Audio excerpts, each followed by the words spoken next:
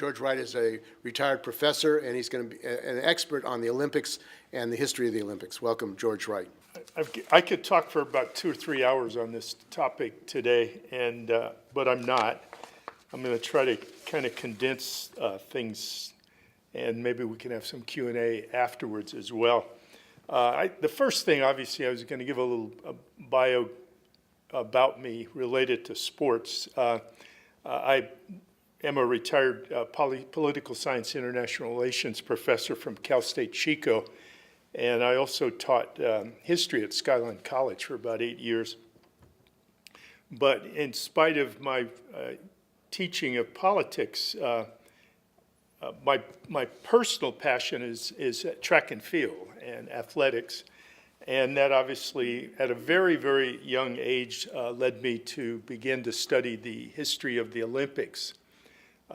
All back in the 50s and early 60s, little African-American kids that love sports were taught about Jesse Owens, and I saw a lot of the video from the Berlin Olympics in 1936, which obviously had a great inspiration on my part. But also being a radical scholar, I guess, I began to look at the Olympics not just as athletics, but also to look at it as a political phenomena, and then to try to situate the Olympic Games within the context of international political economy. And over the years, going back all the way to the 1970s, I've written a number of articles that have been published about the politics of the Olympic Games. The first one I wrote was about the Montreal Olympic Games back, the 1976 Games. The most recent article that I've written about the politics of the Olympics was published by Socialist Register 2015, which is really a history of the International Olympic Committee. And what I'd like to do today is more or less talk about how and why was Tokyo selected to host the 2020 Olympic Games, and more specifically to talk about what the film and what Steve's referred to is to why are there going to be athletic events in Fukushima. Rather than talking about the effect necessarily, I'd like to talk about the decisions as to why this is occurring. On a more personal level, related to sports, I have attended 5 Olympic Games over the years. In all instances, I went to just athletics, or track and field as it's called in the United States. And I've been to 12 of the 16 World Track and Field Championships, including in 1991, I went to Tokyo to see the World Track and Field Championships there. Don't get me started on the athletic performances, because I could go on for a long time. And I'm also going to, I've already purchased tickets and airline and hotel for the World Championships that are going to be held in Doha, Qatar, next September. And that's unless Trump and Bolton have their war against Iran. And if that's the case, I don't think I'm going to go or will be able to go. I guess the first thing I want to talk about is what is the IOC, because they play a pivotal role in the decisions that are made related to the Olympics, and specifically related to the decision to have the Olympics in Tokyo. The International Olympic Committee was founded in 1894 by a Frenchman by the name of Baron Pierre de Coubertin. And he was more or less an educator, an intellectual, a philosopher, and someone who believed strongly in physical education and obviously sports in connection with that.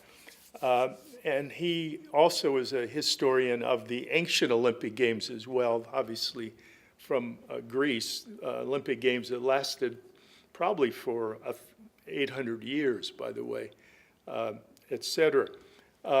His motives at that time in forming the Olympic movement, as it's called, was to try to educate young people about the importance of physical fitness. He also, in relation to that, he felt that physical fitness and competition, and then more specifically the medium of the Olympic Games, could bring youth of the world together and create kind of a harmony in the world related to different countries and nationalities. Although he had another purpose as well, and it's contradictory to his first objective, and that was to prepare the French youth for the next war against Germany. He had been shaped very strongly by the Franco-Prussian War of 1873, and so he felt that there was a need for a level of fitness to prepare for that inevitable war.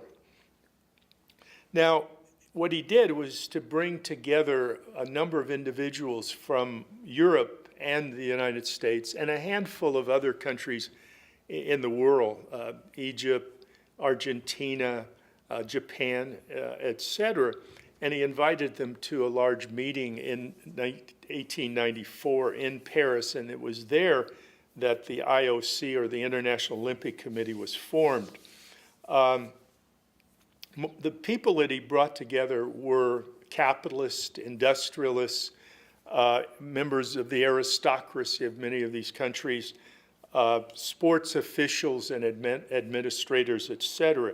They were obviously elites from the respective countries, and their ideological orientation was certainly pro-Western.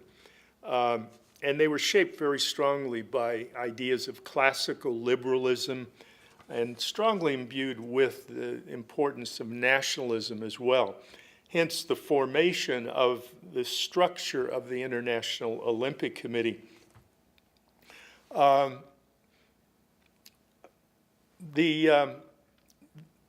The International Olympic Committee basically is a committee of delegates that are selected by the IOC from respective countries.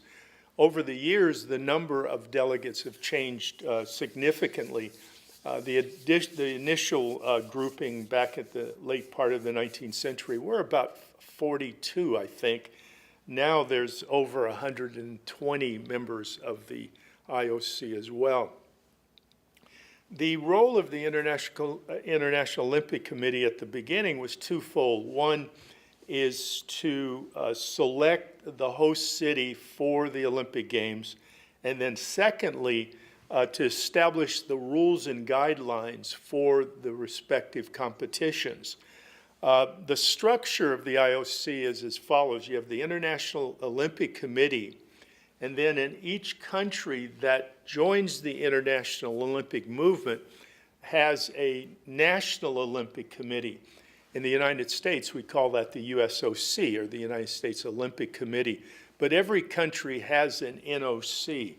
And those NOCs are responsible for organizing different sporting organizations or federations within their respective countries dealing with the various sports to incorporate them into the umbrella of each National Olympic Committee.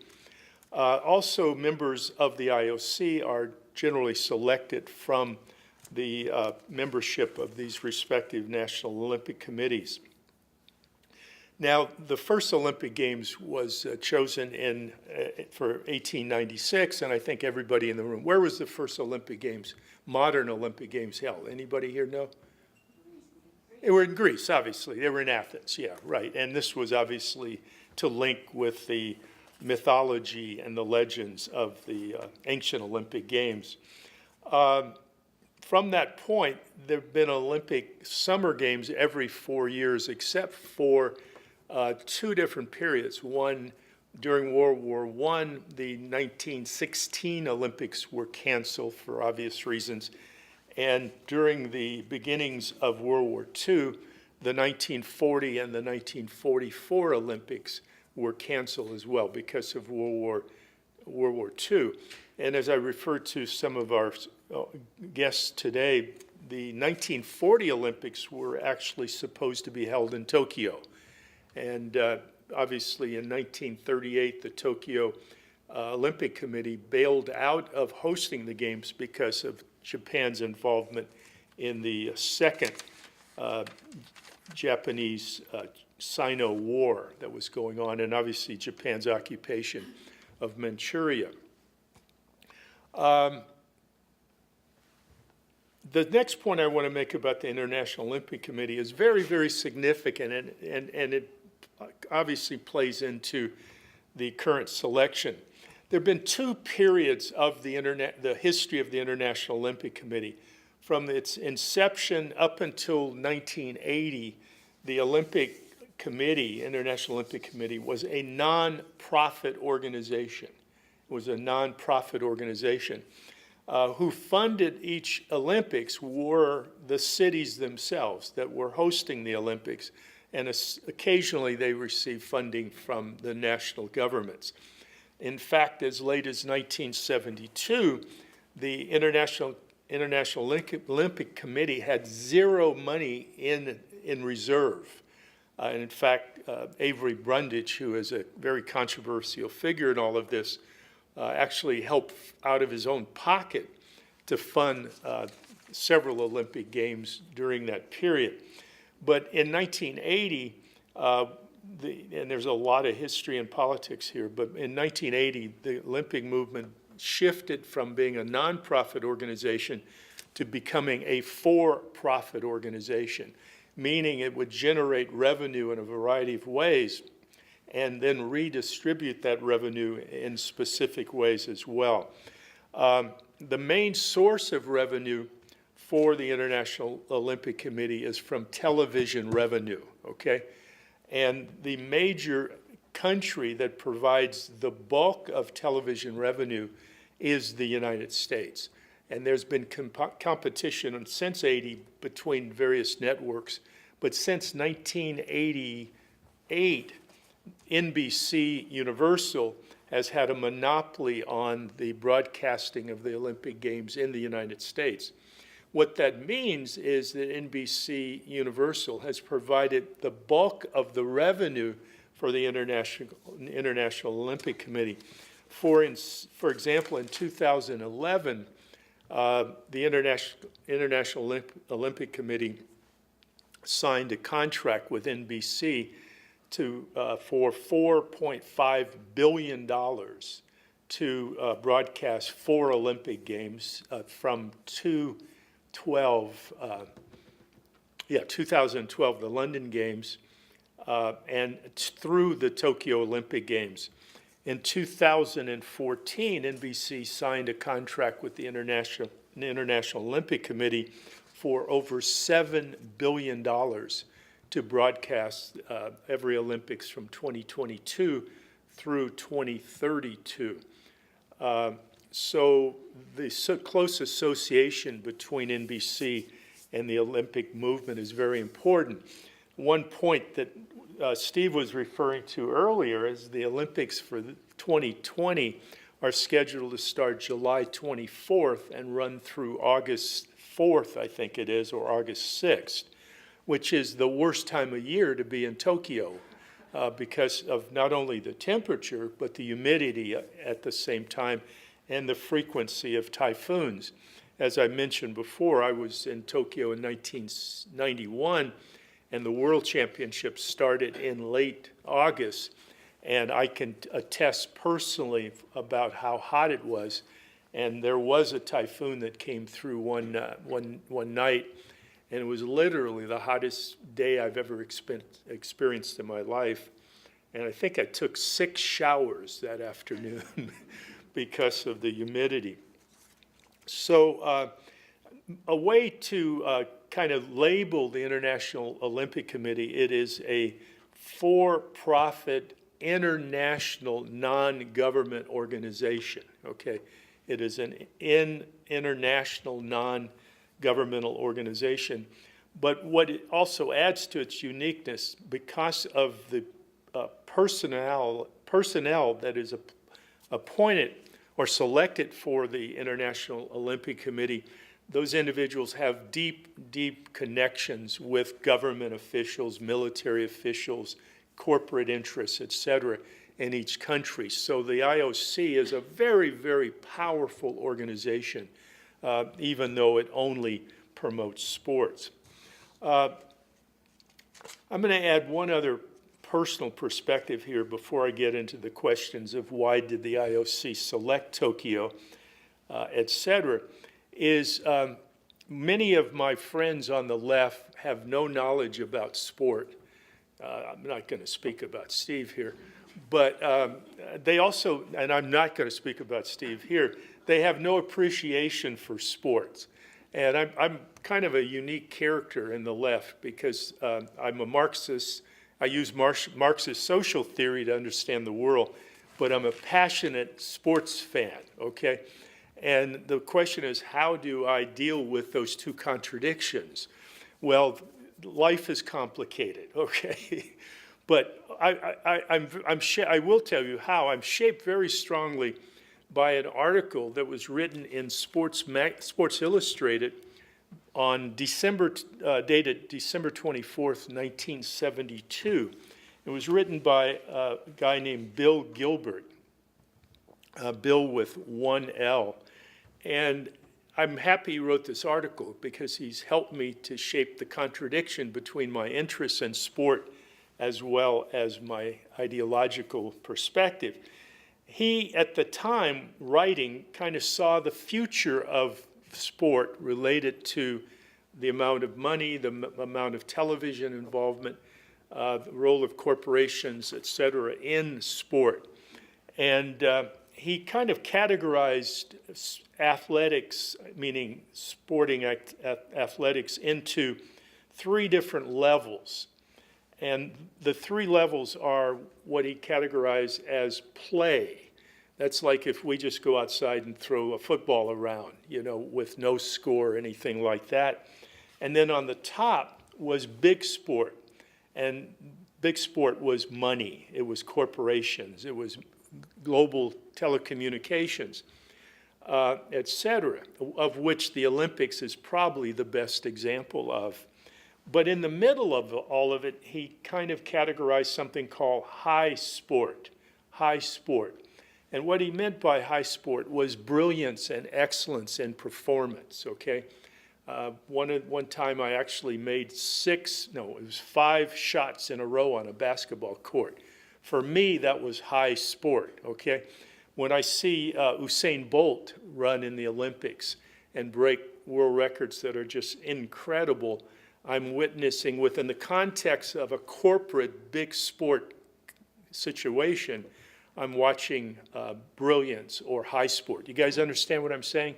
So even if I watch pro football occasionally, you can see occasionally high sport within that. So that's kind of how I rationalize my bringing together both sides of this equation. Now, more specific to why was Tokyo selected. The Olympic Committee meets annually, and about every 7 years, they make a selection about which city is going to host an Olympic Games 7 years hence.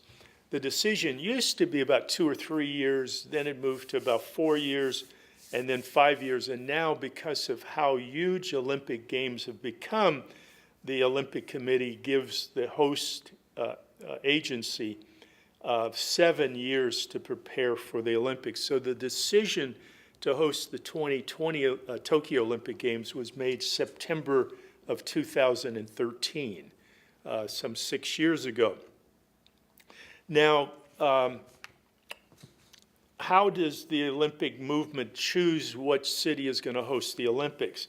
Well, cities around the world, their political forces, as well as their business community, as well as the athletic community within each city spreading out into a given nation, for a variety of reasons which we'll talk about, come up with a notion that we'd like to be in the competition to host an Olympic Games.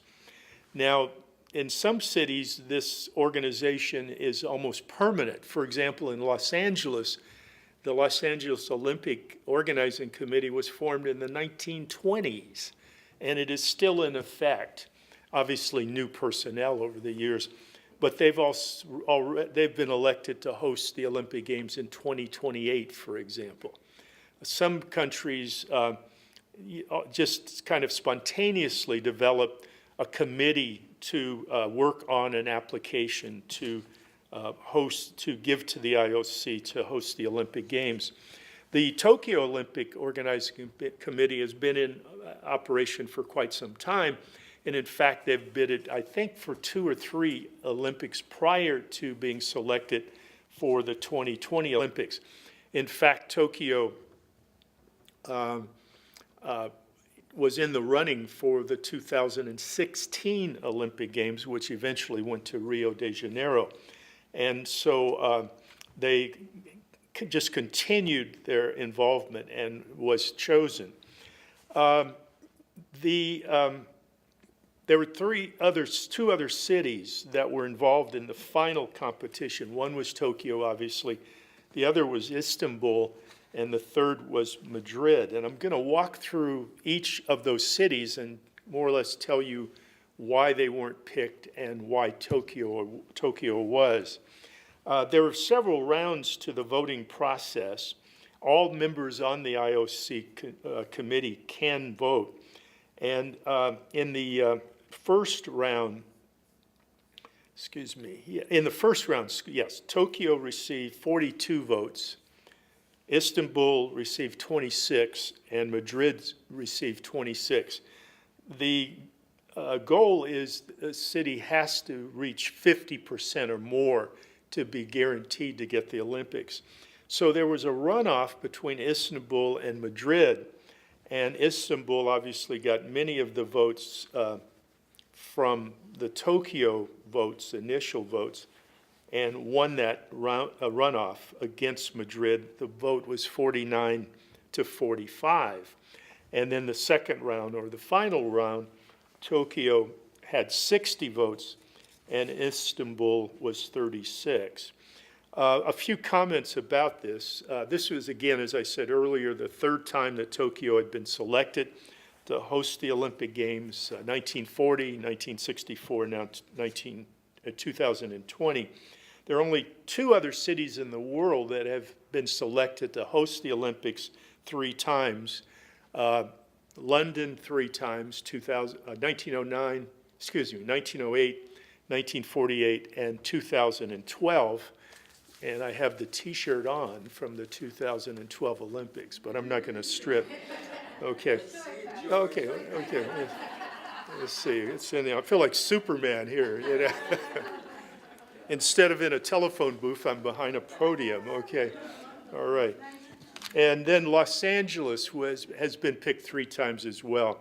1932, 1984, which I did attend, and 2028, as I said before.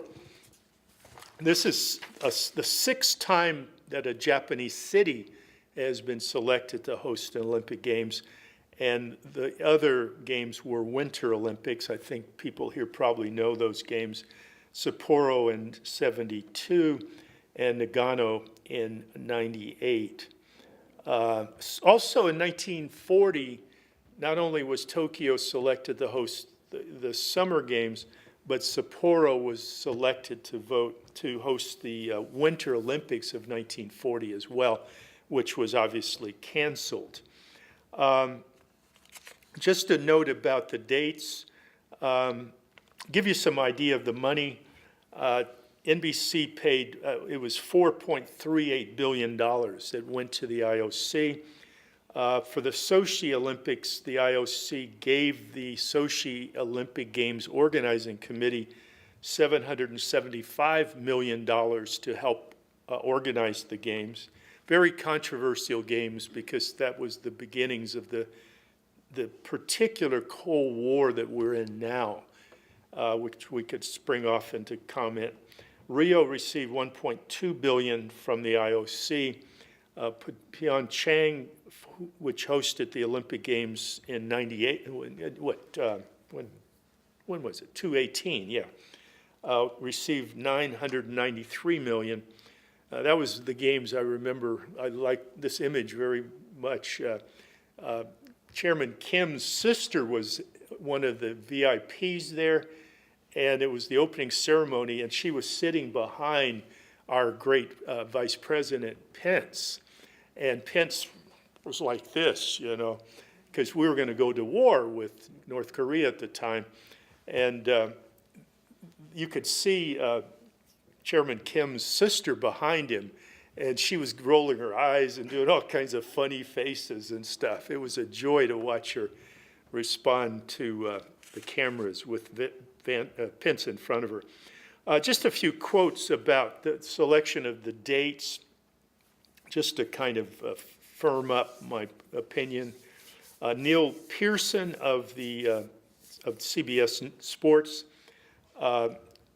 is quoted as, "The Summer Olympics are simply of less value if held in October because of pre-existing program commitment for U.S. television stations."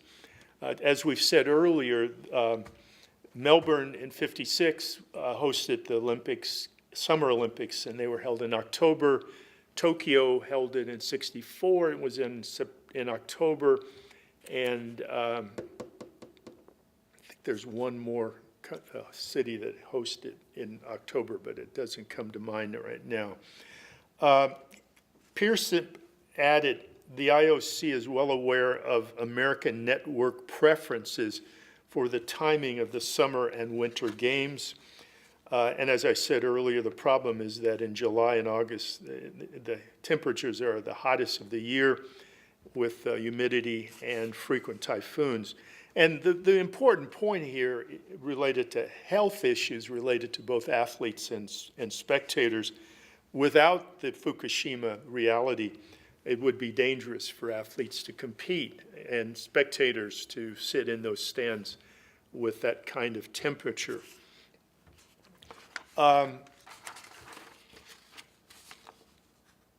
Okay, now, why was Tokyo selected to host the 2020 Olympic Games? As I mentioned before, there were three final candidates, Istanbul, Madrid, and Tokyo. One of the processes that the IOC uses is and this is fairly recent, they have something called a working group, and the working group goes to the cities that are the final candidates for the Olympics, and they make assessments on the feasibility of the Olympics being carried out in the final cities. And those criteria, there are about 15 different criteria that are used, and they're scored. The concept and competition venues, the Olympic venue, the quality of the International Broadcast Center, accommodations, the nature of the transportation system, medical services, and et cetera, very obvious kinds of things that when you're bringing in 1 million people for 2 weeks, things that are very important. Specifically related to the environmental category for Japan, for Tokyo. Tokyo had the lowest score of the other two cities. The minimum number was out of 10 was 5.5, and the maximum score they got was 8.0. The other two cities got at least 9.0 for environment. When you conclude the assessment, Istanbul was way down the list. Okay, I hate to tell you this, but it was way down the list. And but Madrid and Tokyo were basically tied. Madrid had the highest maximum score by about 3.5 points. So you could kind of say it was a tie there. So they had to look at other criteria. The second criteria used was based on the crises that each country was facing. And to be ahead of what I'm about to say, Tokyo was chosen literally because it was, quote unquote, the safe choice, okay? Now, Istanbul had three problems. One, there was civil unrest in 2013 while the bidding was taking place. Secondly, there had been a sports doping scandal in Turkey at the time related to football players, and that would have looked very bad if the IOC had picked Istanbul, because the IOC has this strong campaign against athletes using doping methods or performance-enhancing ingredients or whatever. I could critique that very strongly. And then there were obviously regional geopolitical issues because of the Syrian internationalized civil war was just right next door, and obviously Turkey was involved in that. Related to Madrid, Madrid's economy was in dire straits at the time, and as one author said about that, Madrid failed to assure the doubts at the IOC about Spain's economic crisis. Related to Tokyo's problems, the most obvious was the Fukushima crisis. Among other criteria, they were considered very strong. By the way, the campaign language used by the organizing committee to the IOC, fellow Mr. Takeda, who was the bid leader as well as one of the Japan's IOC members, told his colleagues that if Tokyo was chosen, the Olympics would be in a safe pair of hands, okay, which one can believe or not believe. And also he said Tokyo was posed its bid because it would provide certainty in an uncertain time related to all the conflicts around the world.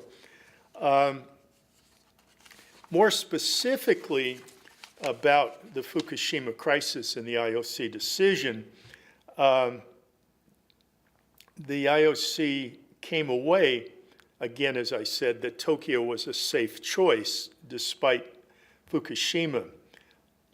This was largely because Prime Minister Shinzo Abe, who, by the way, had been at a G20 meeting as the IOC was meeting, and he flew directly to Buenos Aires to attend the meeting and to present Tokyo's bid. And he said during that session that what he did is he assured IOC members that Fukushima disaster posed, quote unquote, no problem. Okay, that's what he said. And he went on aiming to allay fears that the IOC might have, quote, "Let me assure you that the situation is under control. It has never done and will never do any damage to Tokyo." And then David Bond wrote an article called Olympic 2020, Why Tokyo is a Safe Pair of Hands to Host the Olympic Games. He elaborates on that moment, saying, the IOC members asked what was the potential for further leaks from the nuclear power plant in Fukushima. And this is Bond's article. Abe emphatically declared that the situation was under control. Bond then adds that, quote, settled any last-minute nerves on the part of the IOC. Questions I have, and I can probably figure out the answer to, was Abe lying about the effects of the nuclear disaster? Was he not aware of the seriousness of the disaster? Or did he actually think or hope that the crisis would be resolved by 2020? I think we all can draw what the answers are there. Now, let me talk about the reasons why Tokyo officials wanted to host the Olympic Games. I find this really, really fascinating because the Games are never really about sport. They're about bigger issues of national identity, national pride, superiority against another country. We grew up with sports, the Olympics during the Cold War. And the Olympics really never were about just sport.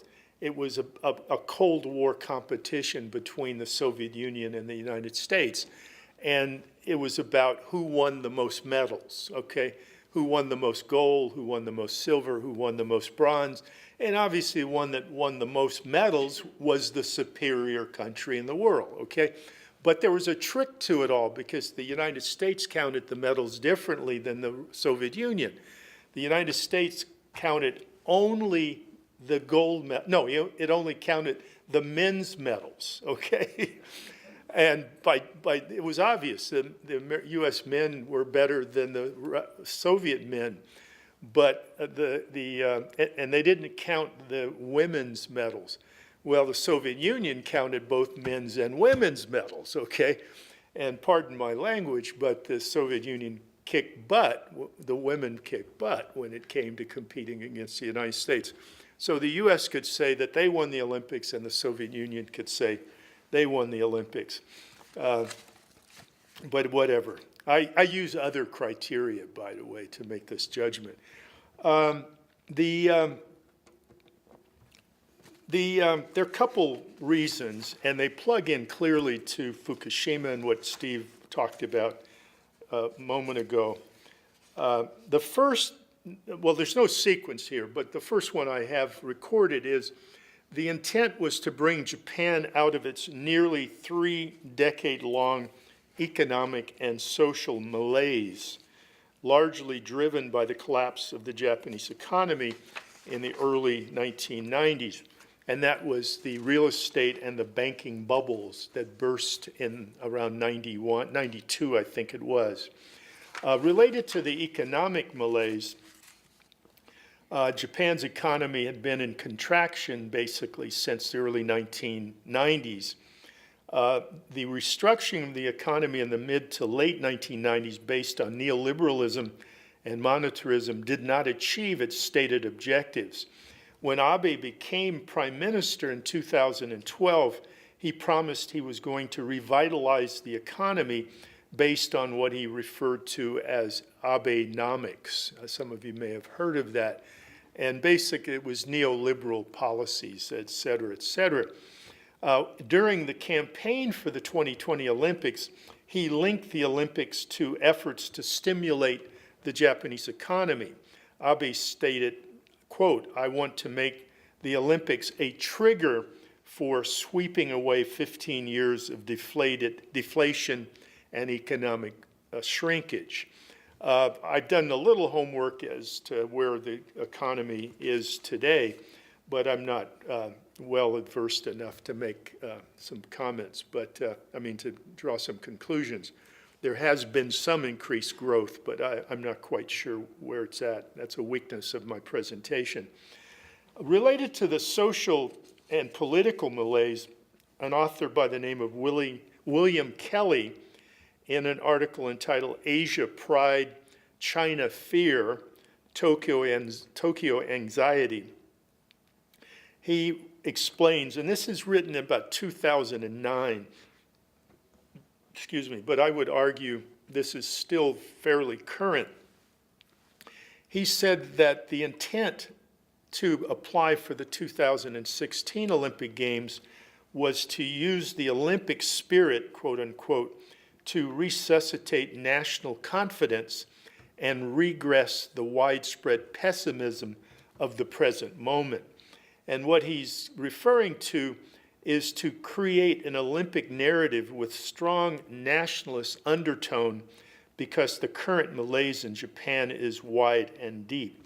By the way, this poster, which is mine, by the way, nobody can have it.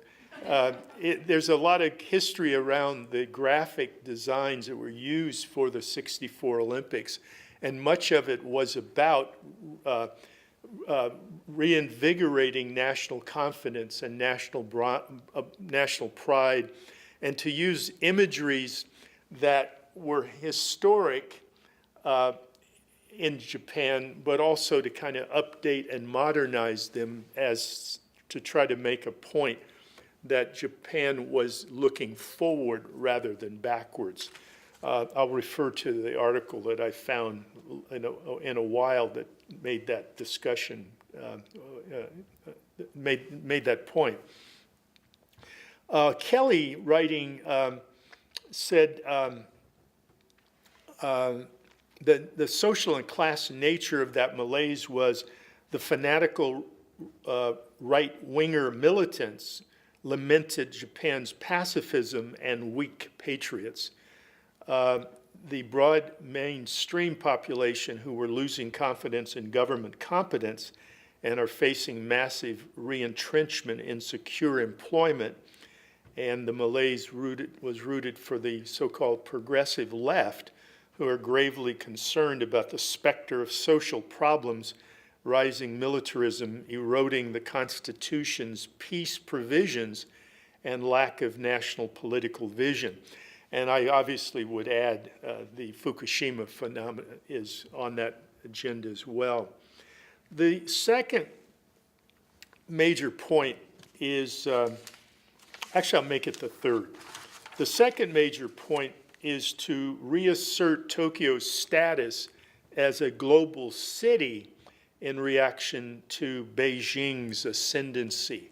One of the points made in the early 60s, late 50s and early 60s, around the bidding for the '64 Olympics was that the language was that Tokyo was the most important and the leading non-Western city in the world. And this was obviously because of the ascendancy of the beginnings of the ascendancy of the Japanese economy at the time. I have some personal observations buying Japanese-made toys back in the early 1950s. But 20 years, let me tell you this story. I'm going to tell it anyway. I remember, this is about 1955, 1956. I was about 10 years old, 11 years old, lived in Los Angeles. And we'd go to little grocery stores and we'd buy these little packages of toys, and they were made in Japan. And we would come home and play with them, and they would break in about 10 minutes, okay? And so there was a railroad spur right near our house, and almost every day there were these big cars full of scrap iron, okay? This is 1955. And occasionally the trains would stop, and one of the personnel from the train would be walking down the track, and we'd yell, hey, mister, where's all this scrap iron going? So it's going to Japan, okay? And we would, we would laugh, you know? Stupid kids, you know? Well, about 10, 15 years later, all that came back as Toyotas and Nissans, Datsuns, and all of that kind of stuff, you know? So this 59, when Tokyo for '64 was decided, and '64 was still right at the cusp of the beginnings of the great economic miracle, if you will, of the Japanese economy becoming internationalized. But there was a concern in the 2000s up into the present that because of China's ascendancy during that period, Beijing was beginning to outstrip Tokyo as the leading city in the Asian world, at least the East Asia, and that Tokyo was losing its status as even a global city.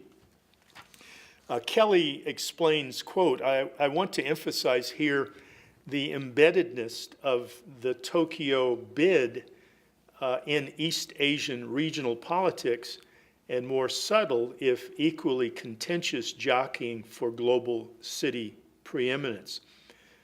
He goes on, but the massive economic resources and the oppressive political coordination of the Chinese government drew harsh criticisms. This is related to the 2008 Beijing Olympics, drew harsh criticisms from the Japanese and stirred up deep nervousness about Japan's ability to contend with China's growing clout in the region. Kelly also states Tokyo's Olympic bid had, quote, much less to do with domestic predominance and is much more about international prestige. Moreover, quote, the support for its bid has been shored up by a national anxiety about the political and economic challenge of rival East Asian superpower, China. So, and then the third reason, and this is, to me, the most important reason, and that refers to a concept that I'm still working on related to exactly how to apply it to what's going on in Japan. And so what I'm going to give you is just some elementary interpretations or views about what this has meant. The term is something called creative reconstruction, creative reconstruction. And give me a second to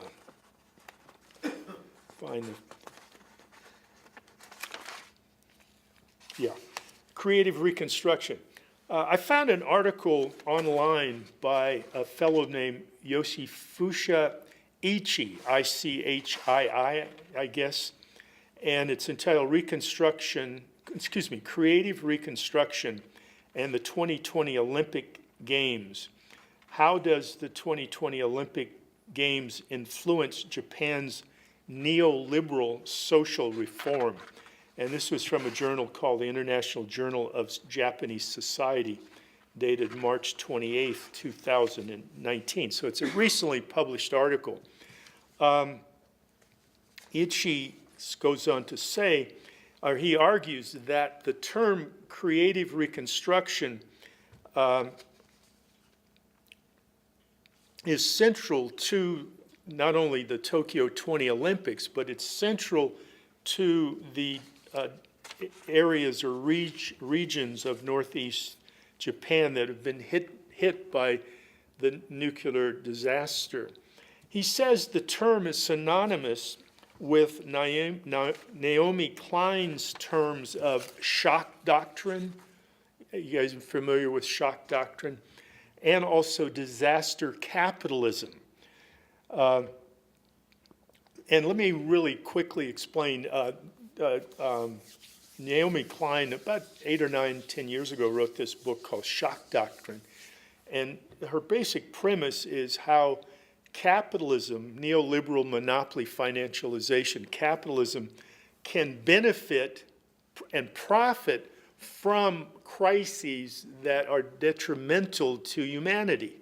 And I think in this setting, maybe the situation is most clear would be Katrina back in 2005, where this crisis was allowed the reformers, if you will, to do things that they couldn't have done before because of the displacement of the poor African-American community from the most hard-hit parts of New Orleans, areas that I've actually gone to look at myself in the 9th Ward, for example.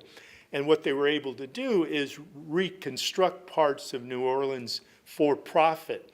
They were able also to privatize the public school system, making them charter schools through this crisis, et cetera, et cetera. And so what Ichii is trying to argue here is that the IOC, the Tokyo Olympic Committee, et cetera, and business interests are framing the language of Tokyo 2020 as reconstruction. We're going to benefit the hardest hit areas. the reason why these games are going to be, the baseball and softball games, are part of this creative reconstruction. They're going to show to the world and to business interests that the area is safe now for reinvestment under what they call recovery, or regional recovery. So it's a trick language is what it is.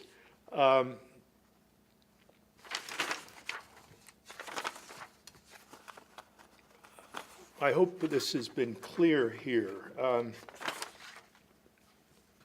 What Ichi goes on to say or explains is that creative reconstruction projects destroy conventional productive relations and social capital and creates the foundations for a neoliberal social order. More specifically, he argues, one, the Reconstruction project enshrined in the proposed legacy for the 2020 Tokyo Olympic Games aims to dismantle conventional productive relations, reorganize social capital, and create the foundation for a more liberal, more neoliberal Japanese society. Related to the Northeast, the Tohoku region, and specifically the Fukushima prefecture, creative reconstruction means to call for private investment in the area because the areas are safe. So that's basically what I want to say. There's another chapter here, if you don't mind, just a few more comments. Related to the baseball situation, with all decisions made by the International Olympic Committee, there is a process. And the process included three major entities: the IOC itself, who supervises the establishment of the program for the athletic competitions and sanctions the guidelines related to the construction of the venues for the sporting events as well. Then there's the Tokyo Olympic Games Organizing Committee, which oversees the actual carrying out of the Olympic project.